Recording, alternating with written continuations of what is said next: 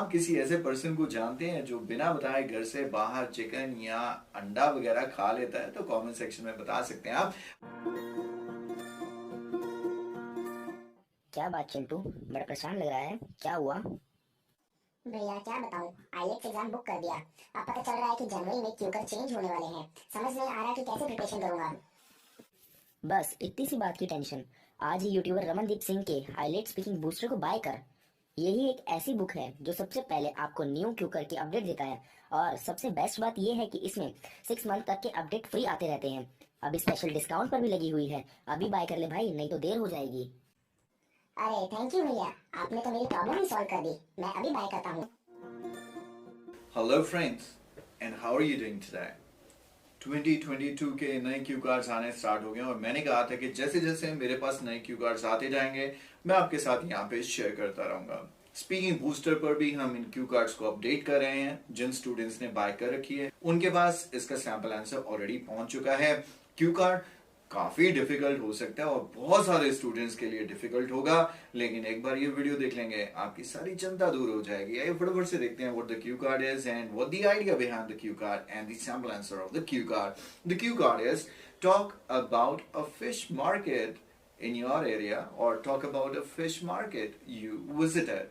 The cues can be where this market is, when and with whom you visited, what did you see there, and how was the overall experience. As you know that I always share the idea behind the cue card in the regional language Hindi, and then I share the complete sample answer with you in the later half of this video. So bear with me and let me quickly share the idea behind. मुश्किल क्यों हो सकता है?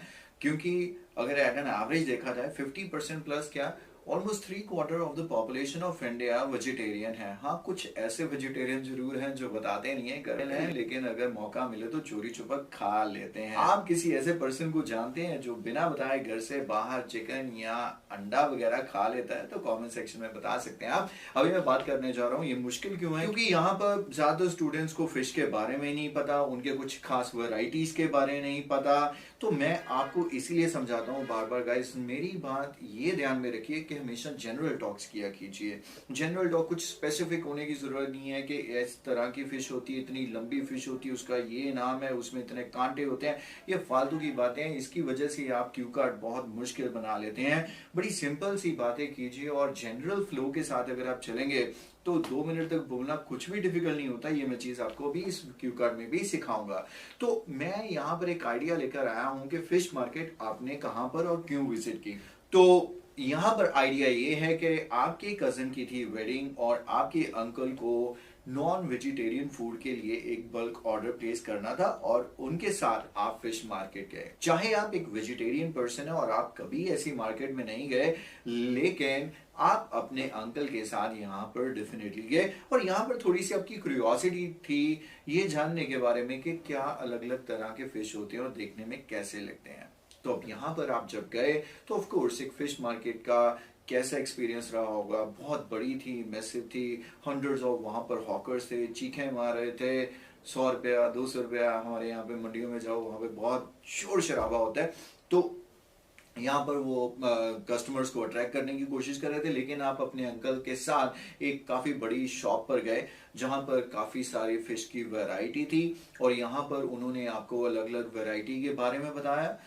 Primarily यहाँ पर आप 2 चीजें याद में रखिए, एक होती है फ्रेश वाटर जो हमारे लेक्स रिवर्स में मिलती है और एक होती है सॉल्ट वाटर जो ओशन में समुद्र में मिलती है। तो उनके बारे में उन्होंने आपको बताया। आपको वैरायटी ऐड करनी है तो कर लीजिए, आप उसके बात कर सकते हैं कि वो बहुत न्यूट्रिएंट होती हैं। उन्होंने बताया कि इसमें कौन कौन से न्यूट्रिएंट्स होते हैं, टेस्ट वाइज कैसी होती है, ये जो मर्जी आप ऐड कर सकते हैं।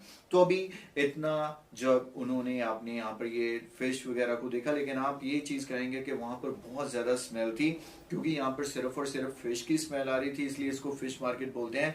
लेकिन यहाँ पे दूसरे टाइप के भी मीट मिलते हैं। तो अभी उस शॉप पर ऑर्डर प्लेस करने के बाद आप एक नई दूसरी शॉप पर गए जहां पर आपने थोड़ा सा सी फूड ऑर्डर किया। सी फूड में प्रॉन्स आपने बहुत बार सुना होगा, ऐसे ही ओयस्टर्स वगैरह होते हैं, लॉबस्टर्स होते हैं, कई सारे होते हैं, शेल्स होते हैं। तो यहाँ पर आपके अंकल के कुछ ऐसे फ्रेंड्स थे जो अमेरिका या दूसरे कंट्री से आने वाले थे इस वेडिंग में, तो उनको ध्यान में रखते हुए ये एक्सोटिक फूड आइटम्स भी प्रिपेयर किए गए।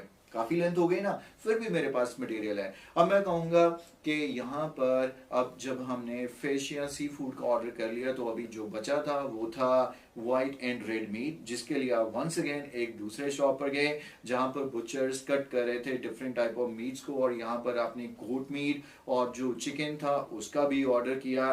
And finally you were thankful to God कि आप इस मार्केट से बाहर आ गए, क्योंकि आपसे वो बिल्कुल भी कुछ देखा नहीं जा पा रहा था।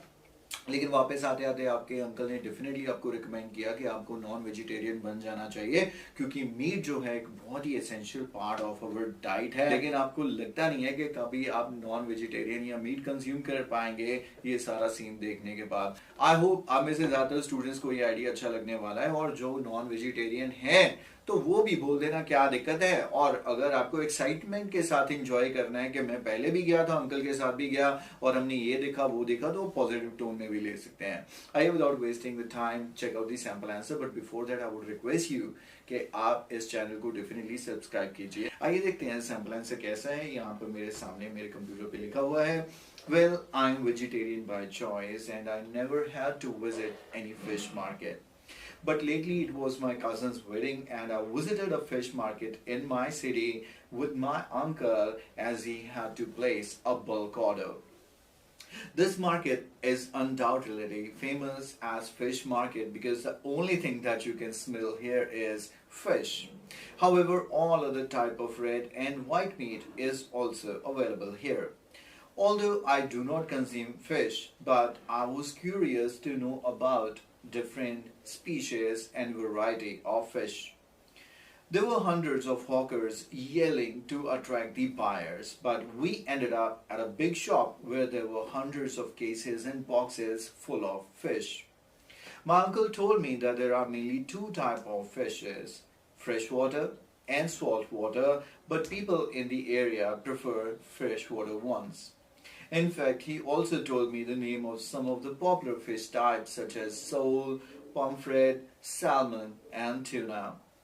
He placed order with the shopkeeper for the party, and then we moved to a different shop to place an order for seafood such as oysters, prawns, and lobsters.